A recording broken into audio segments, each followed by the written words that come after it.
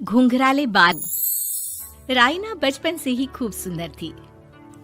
उसके लंबे लंबे घुंघराले बाल से हमेशा उसका चेहरा ढका रहता। अरे भूत बनकर घूमती रहती है, चल तेरे बाल कटवा दूं। अच्छा, क्यों भला? स्कूल में तो सारा वक्त बांधकर घूमना पड़ता था। अब तो मैं कॉलेज जाऊंगी और बाल खोल कर घूमूंगी। हाँ। अरे ये बाल देख रही है, ऐसे लगता है जैसे मधुमक्खी का छत्ता। खैर, घने घने घुंघराले बालों से राइना सुंदर तो लगती, लेकिन उसे संभालना उसके लिए बड़ा काम था। माँ, अरे माँ, शैम्पू खत्म हो गया है। इस बार वो वाला लाना ना, जो घुंघराले बालों को और बाउंसी बनाता है। माँ ले आना, हाँ जरूर से। कल मेरा कॉलेज का पहला दिन है, मैं चाहती हूँ सब मुझे देखकर जले। अगले दिन राइना कॉलेज पहुँचती है, जहाँ एक लड़का उसे छेड़ते हुए कहता है, अरे लगता है चाउमीन में सोया सॉस कुछ ज्यादा ही गिर गया। अरे मुझे तो चेहरा दिख ही नहीं रहा। लड़कियां भी राइना का मजाक उड़ाती है। अरे यार, ये कंगना की कॉपी करके कौन आया है? लोकल कंगना और कौन?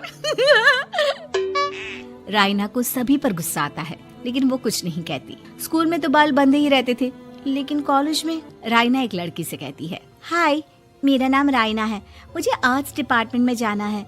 कहाँ से है रास्ता? अपने बाल हटा कर देखो, सामने ही बोर्ड लगा है। राइना को कॉलेज में भी दोस्त बनाने में दिक्कत आ रही थी। वो रोते रोते घर आ जाती है। माँ, मैं क्या करूं? आज तो सारे दिन लोगों ने न जाने क्या क्या बोलकर मेरा मजाक ही बना कर रख दिया। माँ प्लीज कुछ करो ना मेरे बालों का। मैंने तो पहले ही कहा था कटा दे, पर तू। अरे कटाने से क्या होगा, उल्टा जो थोड़े बांध कर ये इन्हें समेट सकती है ना, वो भी नहीं कर पाएगी। तो क्या मेरी कोई दोस्त नहीं बनेगी कॉलेज में, या मैं हमेशा लोगों के मजाक का ही शिकार होती रहूंगी? राइना जोर जोर से रोने लगती है। तभी उसका छोटा भाई आ जाता है और राइना के बालों के बीच एक पेंसिल छुपा देता है। तभी उसका दोस्त भी पीछे से आ जाता है। अरे ढूंढो ढूंढो, कहाँ है पेंसिल? मैं नहीं बताऊंगा। दोस्त काफी कोशिश करता है, लेकिन उसे पेंसिल नहीं मिलती। वो वहाँ से चला जाता है। थैंक्स दी, आज आपके बालों ने तो मुझे बचा ही लिया। अच्छा, बहुत दिनों के बाद बालों को लेकर कुछ अच्छा सुनने को मिला। मुझे भी पहले लगता था कि मेरे बाल सबसे सुंदर है, लेकिन अब पता चला। अरे क्या पता चला, क्या हो गया? देख, किसी भी चीज के ना दो पहलू होते हैं। या तो तुम बालों से ही लोगों का मन जीतो, या फिर रोती रहो।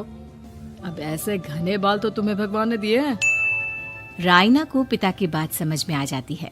वो सोच लेती है कि जिन बालों के कारण वो कॉलेज में एक भी दोस्त नहीं बना पा रही है, उन्हीं बालों से वो दोस्तों की लाइन लगवा देगी। अगले दिन कॉलेज में डेस्क में राइना बालों को आगे कर लेती है और लोगों को लगता है कि राइना का चेहरा पीछे है, लेकिन राइना घने घुंघराले बालों को हटाकर हंसने लगती है। देखा मेरे बालों का कमाल, इससे मेरा चेहरा भी नहीं दिखता और मैं चलती क्लास में सो भी सकती हूँ। सभी राइना को देखकर हंसने लगते हैं। क्लास में परीक्षा चल रही होती है, तो राइना अपने बालों में चीटिंग के पेपर छुपा छुपा कर आसपास के बच्चों की मदद भी कर देती है, जिसके बाद से तो राइना क्लास की हीरोइन बन जाती है। वाह राइना, तेरे बाल तो बहुत कमाल के हैं। मैं तो इन्हीं के कारण पास हो गई। और पता है, मैं तो अपने काम का सामान राइना के बालों के बीच में ही फंसा देती हूँ। जैसे जैसे काम होता है वैसे वैसे इस्तेमाल करती हूँ। अब तो क्लास में हर कोई राइना के साथ बैठने की जिद करता। राइना में इसे लेकर घमंड आ जाता है। उसे लगता है कि वही क्लास की सबसे डिमांडिंग लड़की है। फिर एक दिन, मैं इस कॉलेज में नई नई आई हूँ, क्या आप मेरी दोस्त बनेंगी? मैं? ओह सॉरी, मैं इस क्लास की सबसे डिमांडिंग लड़की हूँ। हर कोई मेरे साथ ही रहना चाहता है। एक काम करो ना, वो पीछे की सीट दिख रही है, जाओ जाकर वहीं बैठ जाओ। लड़की को राइना की बात बहुत बुरी लगती है, लेकिन वो करती भी तो क्या, जाकर चुपचाप पीछे की सीट पर बैठ जाती है। तो आज का लेसन सबने याद किया है ना बराबर से?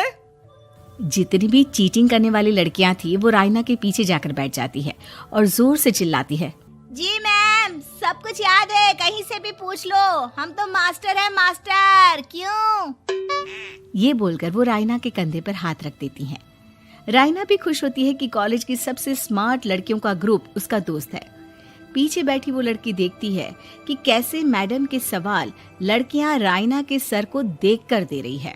शाबाश, मुझे खुशी है कि तुम लोग इतनी अच्छी पढ़ाई करने लगी हो। मैं प्रिंसिपल से कहकर तुम लोगों की स्कॉलरशिप की बात करूंगी, जिससे तुम लोगों के माता पिता का पैसा जो फीस में लग रहा है वो बच जाए।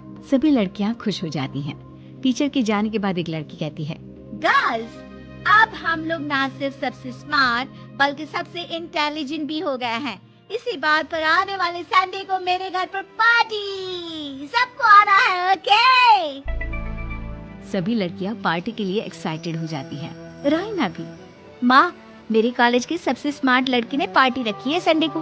मैं भी वहाँ सबसे अच्छी दिखना चाहती हूँ, लेकिन ये बाल। घुंघराले बालों का तो कर भी क्या सकती है। तभी उन लोगों की नजर पार्लर के एक इश्तिहार पर पड़ती है जो 3000 रुपए में बाल स्ट्रेट कर रहा था। माँ, मुझे पैसे देना, मैं बाल सीधे करवा कर आती हूँ। संडे को पार्टी में सबसे अच्छी लगूंगी। बस फिर क्या था, अपने घुंघराले बालों को रायना पार्लर जाकर स्ट्रेट यानी कि सीधा करवा लेती है। और फिर पार्टी वाले दिन, हाय गर्ल्स, कैसी लग रही हूँ मैं? ओह नो, शिट, ये क्या करवा लिया बालों का हाल? और जिसके घर पार्टी थी वो लड़की, अरे ये क्या करवा लिया? तुम्हें मालूम नहीं है, जिस बालों में चीटिंग रखकर हम लोग टीचर के आगे इम्प्रेशन जमाते थे, उन बालों को तुमने। अरे हमें तो स्कॉलरशिप भी मिलने वाला था, अब तुमने बाल सीधे करवा लिए। अब तुम हम लोगों के लिए किसी काम की नहीं हो। अरे लेकिन हम दोस्त तो है ना, क्या मैं अच्छी नहीं लग रही हूँ? हमें तेरे अच्छे और बुरे लगने की कोई जरूरत नहीं है। हम लोगों को तेरे बालों से फायदा था, अब वो नहीं है तो हम तेरे दोस्त भी नहीं है। जा जाकर बाल वापस घुंघराले करके आ, तभी तो हम लोगों की दोस्त बन सकती है। रायना रोते रोते घर आती है और माँ को सारी बात बता देती है। माँ, ला पैसे दे, मैं बाजार जाकर बाल ठीक करा के आती हूँ। लेकिन माँ, मुझे ये बाल बहुत अच्छे लग रहे हैं, काश ये बाल मैं पहले ही सीधे करवा लेती। देख बेटा, पैसे तो मैं तुझे दे दूं, लेकिन वैसे बाल करके तू फिर ऐसे दोस्त बनाएगी जो तेरे साथ मतलब के लिए जुड़े हैं। लेकिन इन बालों में तू ऐसे दोस्त बनाएगी जो तेरे साथ जीवन भर का साथ निभाएंगे। रायना को माँ की बात समझ में आ जाती है।